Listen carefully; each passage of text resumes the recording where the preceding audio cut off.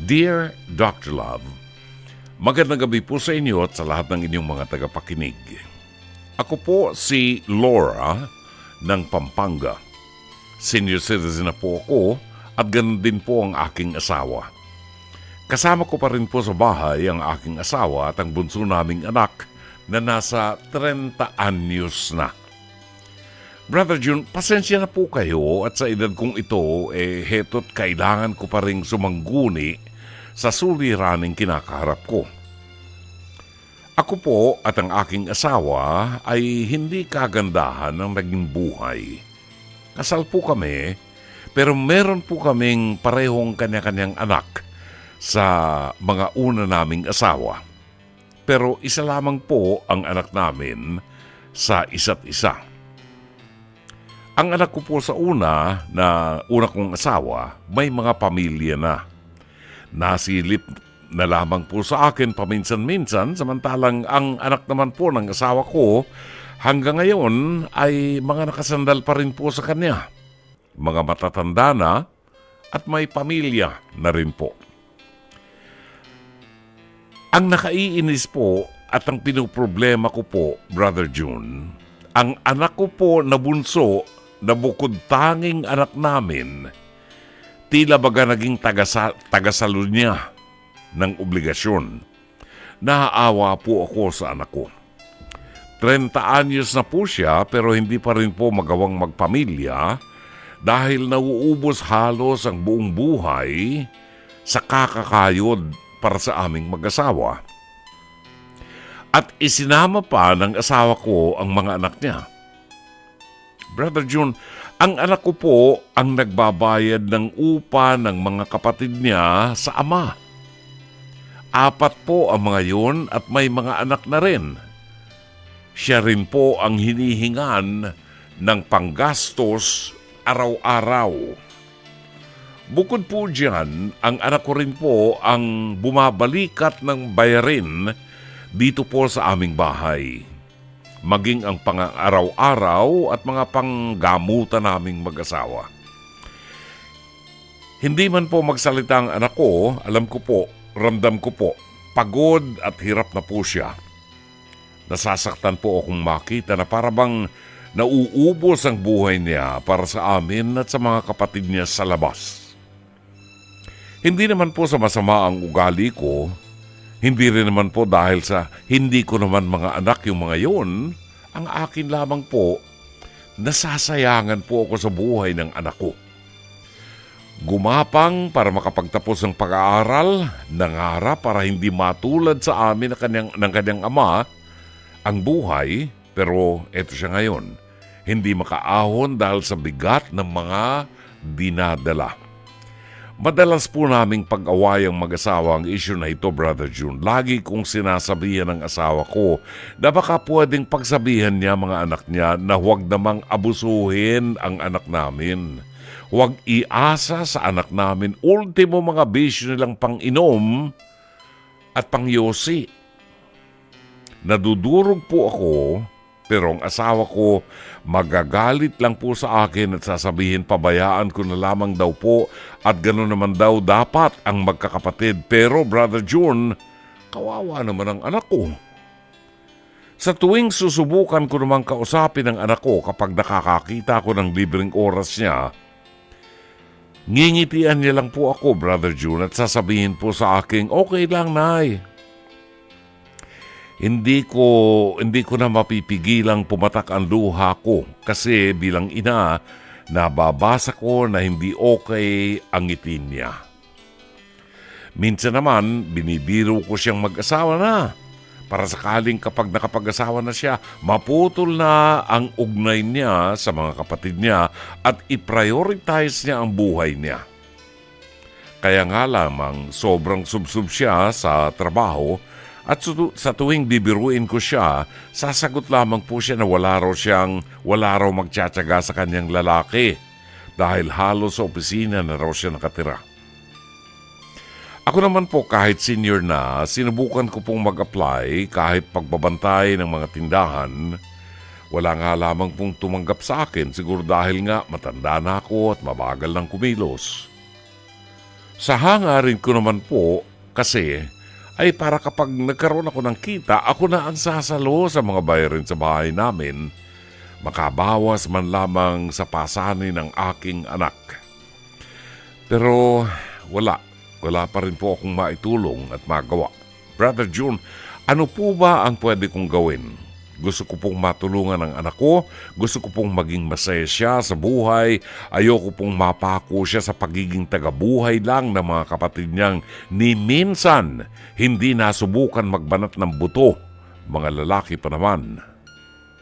Lubos na gumagalang, Laura ng Pampanga.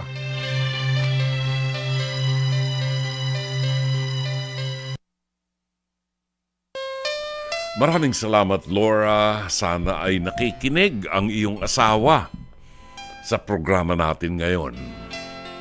At sana ay nakikinig din ang iyong anak sa oras na ito sa sasabihin ko.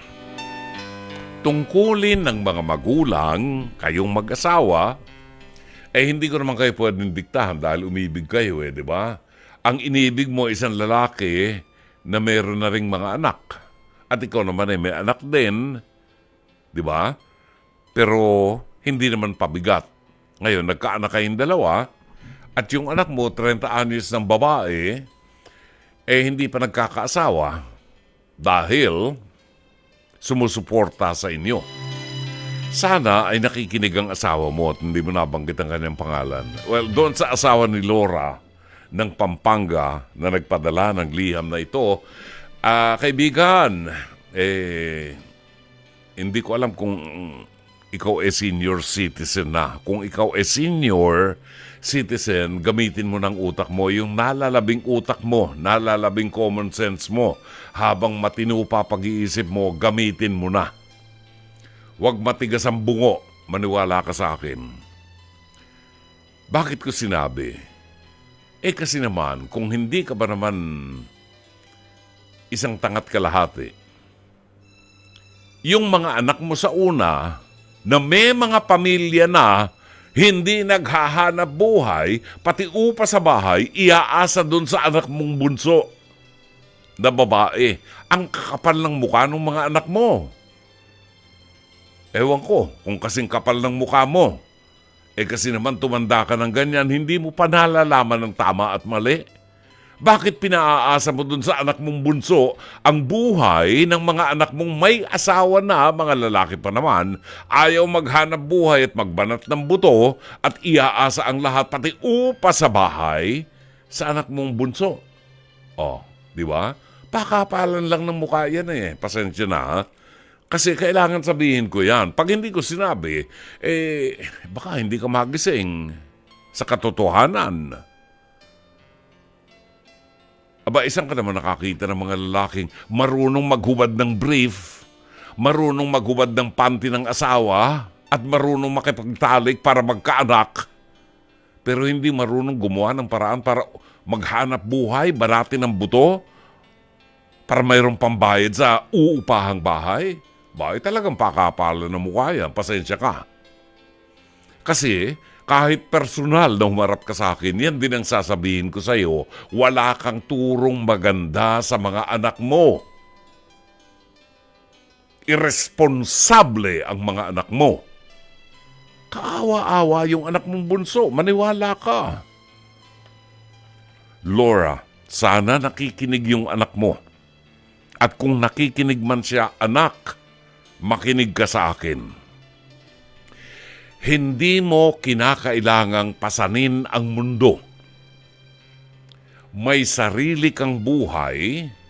Kung gusto mong tumulong sa mga magulang mo, tungkulin mo na pasalamatan sila at tumanaw ng utang na loob sa mabuting ginawa nila at pagpapalaki nila sa iyo. Suportahan mo ang iyong mga magulang. Kung sakaling kailangan nila ng pambili ng gamot, fine, ikaw na sumagot.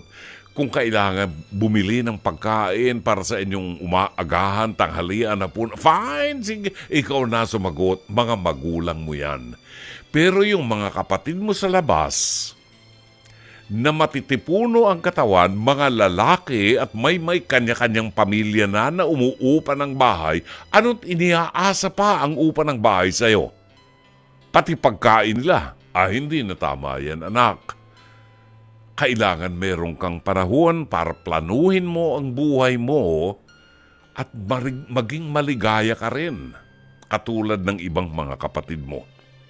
Hindi mo tungkulin na suportahan ang iyong mga kapatid sa lahat ng panahon, pati upa sa bahay.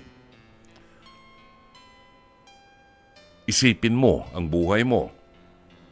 Isipin mo kung paanong mapaghahandaan mo na kapag dumating ang panahon na mahina ka na, at least may makakasama ka sa buhay na magkakalinga sa iyo. Yan ang purpose ng babae at ng lalaki, to complement each other.